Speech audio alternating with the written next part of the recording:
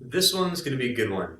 We finally get to put together a lot of stuff we've been talking about to graph lines really efficiently, which means quickly and accurately. And that's great. We don't have to plot points. We don't have to look at anything else. We just got to look at the equation line, figure out exactly what those numbers mean, and put them on the board. We've been working the last two videos for this goal. Now, I do want to preface this. Listen, this only works, the slope-intercept form only works. You can only identify slope and y-intercept only if your equation is solved for y. If it's not, that's okay because we have another form to deal with that. But if you need to find slope, you have to solve for y. So right now we're really paring it down to two methods that work extremely well. The intercept method, which we've already done that, and then the slope-intercept method, which we're doing right now. So here it is, the last little go-round for it. I give you some tougher examples in the next video, but right now, this is the basics. We've already really practiced going through these, solving these for y, finding the slope, finding the b, getting the y-intercept, and now we're about to graph it. So let's look at the first one. That's in the proper format. This is exactly what I'm talking about when we say slope-intercept. We've got a y, it's all by itself, nothing around it, isolated, equals x is first, constant second. Those are in order. That's fantastic. That's exactly what we want. Right now, we really should, at this point, be able to look through every single one of these examples, write down what the m is, what our slope is, and then write down what the b is, and be able to figure out our y-intercept from that b. So that's the two things we need. Let's try that on the first one. So I'm looking at that. I know that, I know my m. My m is always the number right in front of my x. It's always that coefficient. That's my slope. So in this case, the slope is positive, I'm thinking in my head positive, 1/2. For right now, I'm going to encourage you to always write that down. Always write down your slope. What that does, that puts in your head what you're actually doing. So what you're really looking at. It's going to make it harder to make a mistake and go down instead of going up. You've already written it 2 times. Once writing down the problem, and another time explicitly writing out what the slope is. Now I look for my b. I'm going to be really, really careful here. So with my b, if this is in order, the first term should have x's in it, the last term should not. That last term is your constant term. That last term is all that's left if I plug in x equals 0. I would get not 1, but -1. That -1 is your b. Now, last video we practiced that I always want you to write this as points. So yeah, that's your b, that's the y coordinate of your y-intercept, but that leads to an actual point of 0, -1. That's what those numbers mean. 1/2 is your slope. -1 says, hey, you're going to be 0, -1. That's where you're going to intersect the y-axis. Now, put it all together, it's pretty cool. There's only 2 things you need to graph a line. You either need 2 points, or you need 1 point and a way to find the next point called your slope. That's exactly what that form gives it to you. We as mathematicians, man, we're not very inventive. So when we say slope-intercept, that's exactly what we've given you, the slope and the y-intercept. Put them together, you can graph a line. So that's the way we do it. So we're going to start with the point. This is how we always graph lines. We practiced it 2 videos ago. Plot a point first. Plot the 0, -1 first. From that point, not the origin, from that point, the only time you go from the origin is if your y-intercept is 0, 0. So from that point, we use your slope. Positive means up, negative means down, always run to the right. +1, to the right, 2. If you do it this way, 2 points is all you need. I mean, you can keep going forever. Up 1 over 2, up 1 over 2. But that's really redundant. So all you need really is 2 points. Once you've got those 2, the y-intercept, and use a slope for the next point. From that y-intercept, use a slope. You've got it made.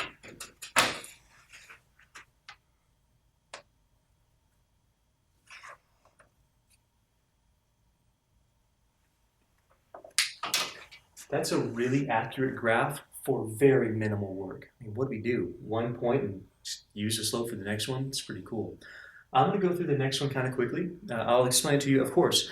And then I'd like you to do the next 2 on your own if you can. So I'll give you a moment to do that in just a bit. So I'm looking at this. I'm going to model my thinking here for you. I have y equals. That's great. That means y is by itself. I have nothing around it. I have my x's first. my constant second, that's slope-intercept form. So I'm immediately identifying that we're in the correct form. After that, I look at the number in front of my x, my coefficient. I write that down because I know that's my m, that's my slope. I'm also going to make sure that I associate my negative. I don't forget it, I don't want to lose that. My negative with the numerator. I create a fraction. Even if it's not a fraction, I create a fraction. Slope is always a fraction. And then I'm going to find my b. My b is the constant at the very end. Plus means a positive, minus means a negative. In this case, we have positive 2. I let that give me a point. I don't want to get confused on that, so I know that the only way to get 2 is I plugged in 0 for x. That's the only way to get 2 for y. I plugged in 0 for x, 0 for x, gave me 2 for y. So that b is the y coordinate of our y-intercept. I only need 2 things to graph. I need a place to start, that's a point, and a way to get to my next point, that's the slope. So from that point, we drop down 5. Understand why it's negative, why we're going down. It's negative 5. Down 5, and then over to the right 1.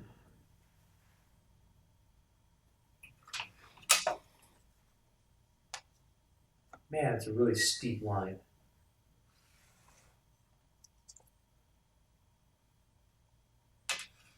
It's dropping a lot. Let's check our work. Let's make sure that we got it right. We know that our slope was positive, we should be climbing, we are. We know that our slope was negative, we should be falling, we are. We know that that point right there tells me, well, -1, I should be down 1 on the y-axis, I am. Positive 2, I should be up 2 on the y-axis, I am. That's how you check your work with this stuff. Make sure the numbers match your pictures. That's a big deal. That's it. I mean, I wish I could tell you more, but that's about it. If you can find slope and y-intercept, you can graph lines really easily. I'm going to take a moment. I want you to pause, and I want you to try those if you can. Write down the slope, write down the y-intercept, see if you can graph the lines. For us, they're both in order. That's excellent. So y equals, y equals. I know that these are in order. X is first, constant. X is first, no constant. That's okay, I don't even care. What I do care about is I'm making sure that I keep my negative. I'm not changing my signs in my head. I don't want to do that. I'm making sure I'm looking after my x for my b, letting that give me a point. So this has a point 0.04. We'll plot it. From that point, not the origin, from that point, I'm looking at my slope and making sure again, okay, I got the -3/5. I know -3 is how much I go up and down. The rise has to do with the y values. So down 3 means dropping 3. The run has to do with the x values. It's always going from left to right. We always read from left to right on graphs. So down 3, right 5.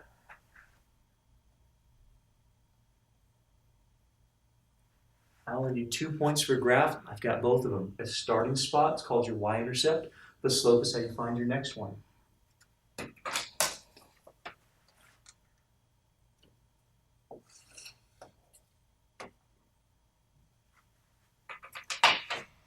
When you get used to it, it goes really fast. Now I'm going to double check before I go any further. I want to make sure that if I have a +4, I'm above the x-axis 4 spots on the y. That's what I want to make sure. I want to make sure that my negative here is causing me to have a decreasing line. Check that work. It's so easy to get this stuff confused or miss a negative. It's really easy to do that. So check it before you move on. Last one. You know what? I got an x, but I don't have a b. I don't have a constant. It is in order, though. It's solved for y. I like that. So I'm going to take the number in front of my x, my 2 in this case. That's my slope. That's my m. I'd write it as a fraction. That's great. Now the b. In math, if we don't have something, we put a 0 there. So 0 means we don't have it. So if you have a y equals 2x, you can always add 0. In fact, look, that's exactly what you get. If you plugged in 0, and if you understand this, you'll get it. If you plug in 0 for x, you'd get a 0 for y. That 0 for y, plugging in 0 for x gives you a y-intercept. Getting 0 for y is telling you your y-coordinate is 0 for the y-intercept. That's what b is talking about. b is the y-coordinate for your y-intercept. So you plug in 0, you get out 0. Or you plug in 0, you have 0. That's what the b is telling you. It's only telling you that the last half of this point is 0. How you get the first half of the y-intercept is always the same. It's 0 for x. So Well, that's interesting. This line starts at the, well, not the start, but goes through the origin. We've got a point right at 0, 0. From that point, and this is the only time that your slope is based on the origin, is if that tells you so. That's it. It's the only time you ever move your slope from the origin. So from there, we would go positive up 2. And then right 1, we always go to the right, whatever our denominator says. Only takes 2 points.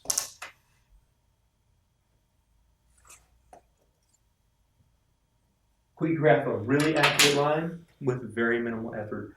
Man, I'm hoping that makes sense. We can double check our work. Positive slope says we've got to be going up. Negative slope says we've got to be going down. No constant back here. We didn't even really have this. No constant. Listen carefully because we're going to get to this in just a little bit. No constant, you're going through the origin. Guaranteed. Because you plug in 0, you get out 0 if there's no constant. That's it. Now, I'm going to move on in just a second. If you don't get this, rewatch a couple videos ago because we explain how the y-intercept and the slope really works here. So if you don't, it would really benefit you to go back and watch some videos, really learn it. If you skipped some, that was a bad call. Go back and check that stuff out. See, now we're going to get into when you should use some versions, some methods of graphing versus others. This isn't the best thing ever. This is only the best thing ever if we have solved for y. If not, there can be better choices. And we're going to start exploring that in the next couple examples.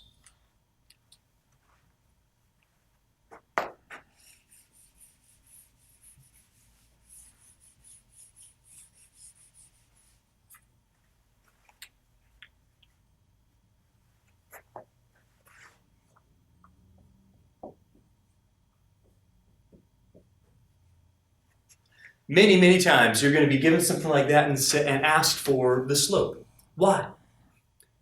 Slope is huge. Slope is what tells you parallel versus perpendicular. Slope is what tells you in calculus what your instantaneous rate of change is. Slope is a big deal. So we got to be able to find it. Now here's the point I've been trying to make for a really long time.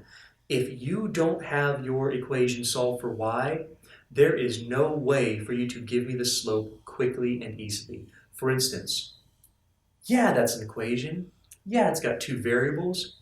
It's going to make a line. In fact, the way you graph that's really easy. Oh man, it's going to be a beautiful thing if you really get it. Could you graph that with intercept method, like really quick? Like x-intercept is 6.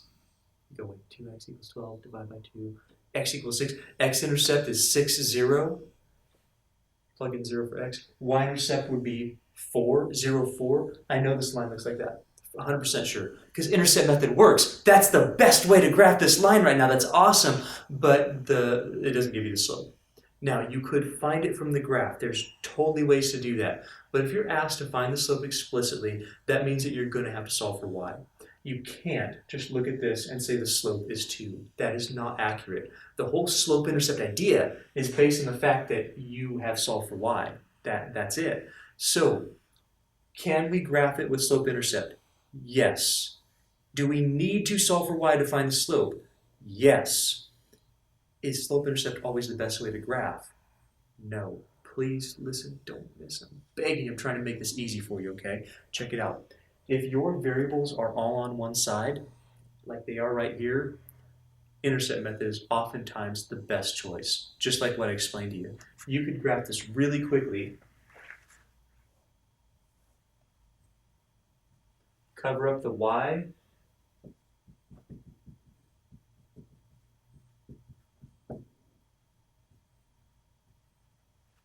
Give yourself an x-intercept. Cover up the x, not the sign.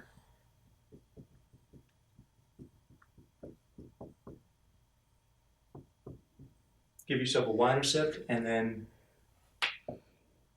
graph a really ugly line like mine.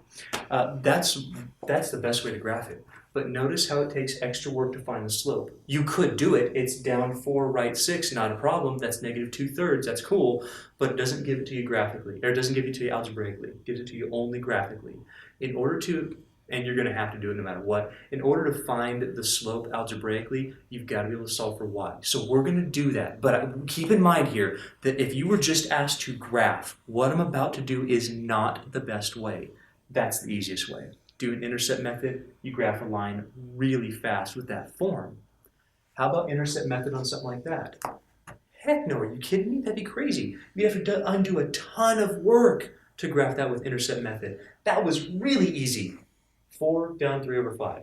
So what I'm trying to tell you is it depends on the form of the equation what method you're going to use. If you have all your variables on one side, and listen carefully, a non-zero constant here, intercept method works great. If you already have an equation solved for y, slope-intercept method works great. Why the two methods? Because you have two different forms. You have slope-intercept and you have standard form. So what I wanted to do was give you a method for each way. That way we have options, man. We don't always have to do it the same way. That's neat. Now, regardless, you're going to have to solve for y on some problems. So I want to make sure you know how to do that.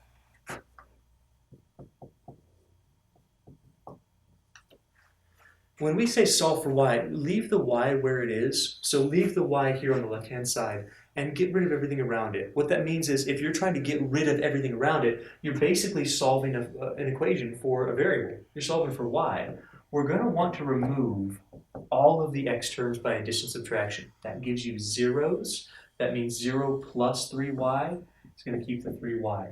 Also, remember we want stuff in order. So I want my x's first no matter what. And last step, man, last step in solving anything for a variable is dividing. We're going to divide by 3. You just be careful though. If you're going to divide by 3, we need every single term divided by 3. I know we've done this sort of thing before. Just make sure that when we divide, we're dividing every single term. Let this create your fraction. Negative 2x over 3 is the same thing as negative 2/3 x. Plus, I'm not divided by negative, so plus 12 divided by 3 is 4.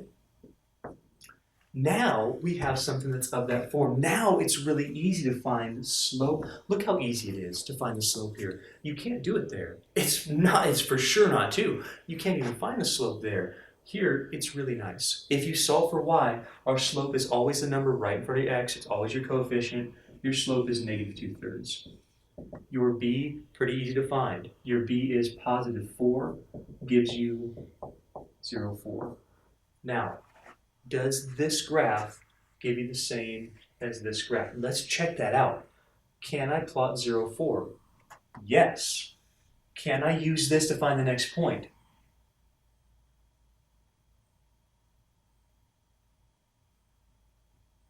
Down 2, right 3. Down 2, right 3. It's the same line. It has to be the same line. I'm not teaching you anything different here. I'm just teaching you a different way to look at it. So if you wanted the whole 10-second recap for this, here's what it would be. The form of your line dictates what method you should use for graphing, which means if you have a form like that, all your variables on one side, non-zero constant on the other, do intercept method to graph it. If you have y equals, it's already solved for, do slope-intercept method to graph it. That's why we have two methods.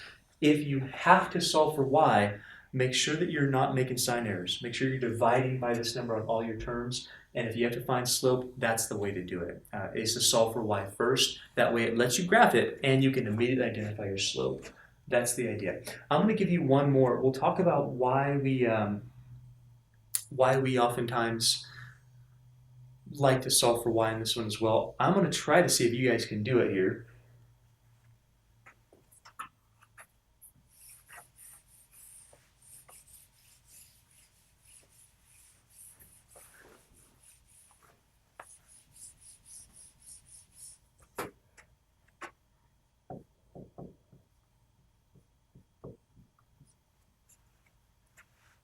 That's pretty nasty. Is that in any form that we like? I mean, you look at that and you go, I don't like that. Please don't do that to me. That doesn't look good. That was set up by someone who just don't know what they're doing, okay? Let's fix it. Now, you have options here. You can either choose to solve for y, which we're going to do, or you can choose to put this in intercept form, standard form for intercept method. So what's the best choice? Kind of depends on what you want to do. We're going to do both because I really want you to explore the different ways to do this. So option one. Option one is if I just ask you to graph it, I don't care about the slope, I don't care. Then option one is do standard form and use intercept method. For instance, standard form would be get all your variables on one side.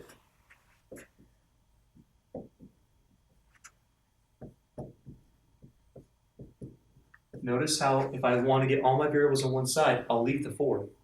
That's all variables on one side, constant on the other, that's standard form. Do you see the intercept method work really well here? If you cover up the y, x is 4, you have an x-intercept of 4, 0. That's intercept method. If I cover up the x, I have negative 2y equals 4. Y would equal negative 2 by dividing. That's your y-intercept. We could easily graph that. That is probably the best option for graphing right there is intercept method. Now, let's say that you were asked to find the slope. Does this give it to you? Do you see the slope anywhere in that? Me neither. It's not there. So to find the slope, well, that's your other option. That's slope-intercept form. You got a couple ways you can do it. You could subtract 4. You could then divide by 2. Your y would be on the other side. You could subtract 2y and subtract x. It doesn't really matter which way you go. I like leaving positive y's where they are. So I am going to subtract 4 here.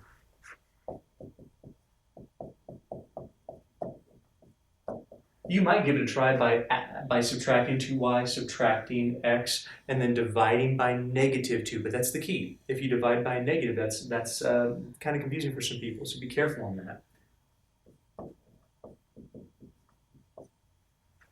One of the biggest things I can get you to do is solve all the way down for y.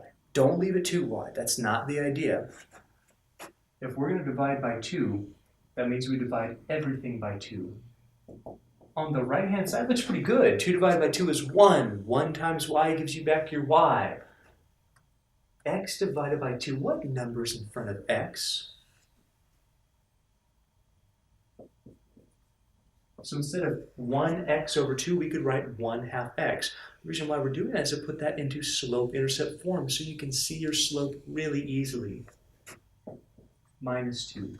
I'm going to switch this around because I don't like this way. I'm going to write y on the left, 1/2 x minus 2 on the right. Make sure that's in order. That looks pretty good. That's something we can graph. Take some time right now. Write down what the slope is. Write down what the y-intercept is, and then graph that line. Then, after you've done that, compare it to what you would get here. Is it going to be the same? Try that right now.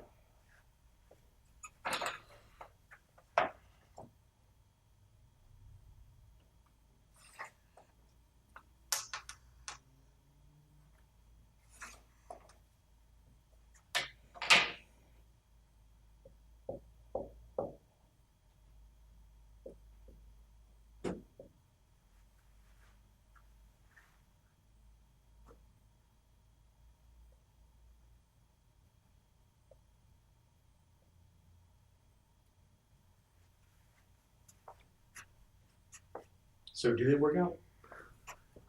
I know our m here, because we just talked about it, it's in the right order. This looks pretty good. Our m is 1/2, no problem.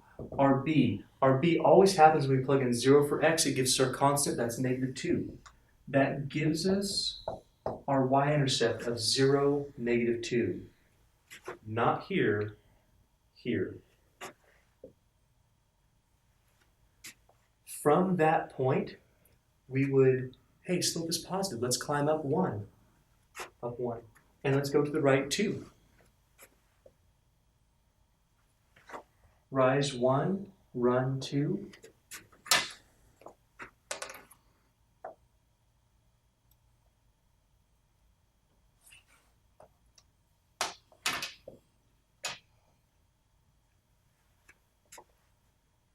Now wait a second. Does that look the way that this looks? Sure. That's the last benefit of slope-intercept that's really nice, is if you understand what these numbers mean, you can check your work very easily. You can still check it here by dividing from this part, but what if you made a mistake from here to here? This is kind of nice because you can go, well, my line should be climbing. It is. It should have a y-intercept of -2. It does. Does it cope with this? This says we should have a y-intercept of 0, -2. We do. We also should have an x-intercept of 4, 0. We do. Either one of these graphs align very well. This one was obviously faster. A lot less room for error, a lot less potential errors here for graphing, but it doesn't give you the slope. Yes, you could find it from the graph. That's an option. I'm not saying that's wrong. That's okay. But to do it algebraically, you have to do this by solving for y. So you have some options. Both of them are great options. What I really want you to get out of it is this is really, really useful to find slope. Solving for y is for finding slope. And then the second thing I want you to get out of it is this. There are two methods that effectively and efficiently graph lines. The intercept method, if all your variables are on one side, and the slope-intercept method if you solve for y. With those two tools, you are extremely powerful when it comes to graphing lines. And we're going to be graphing lines for a really, really long time. So if I can get you to learn it now, man, you guys are going to be so golden when it comes to doing that. I hope this made sense. I hope that you can practice doing some of these on your own. And then come back next time. We'll do a little bit more difficult examples when it comes to using slope-intercept form. And I'll see you for the next video.